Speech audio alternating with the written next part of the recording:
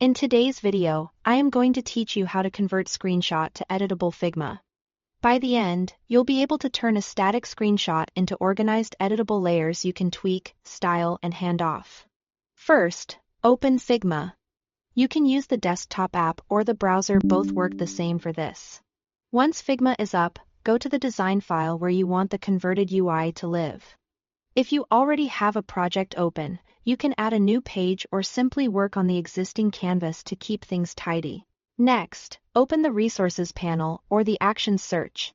The quickest way is to press Shift+I on your keyboard. You can also use the Plugins menu if that's more familiar to you. In the search field, type the name of a conversion plugin you want to use, for example, Codia AI or image.to.design. You'll see results appear as you type. If you haven't used that plugin before, you can run it directly from Resources, or you might see an option to install first. Either way, go ahead and launch the plugin so it opens in a panel. Now run the plugin and follow its prompts to upload your screenshot. Most of these tools accept common image formats like PNG or JPG.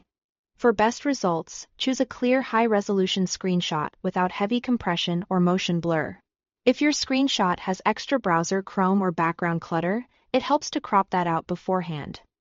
So the AI focuses on the actual interface. Each plugin's dialog may look a little different, but the flow is the same. Upload the image. Confirm any options like target platform or theme. Then start the conversion. Give it a moment to work. In a few seconds, the AI will analyze the layout and generate layers right on your canvas. You'll typically see groups or frames that mirror the structure of the screenshot, along with text layers, shapes, and color fills. Don't worry if it doesn't look perfect immediately. This is your starting point. Finally, refine the output.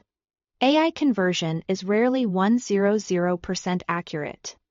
So take a pass to clean things up.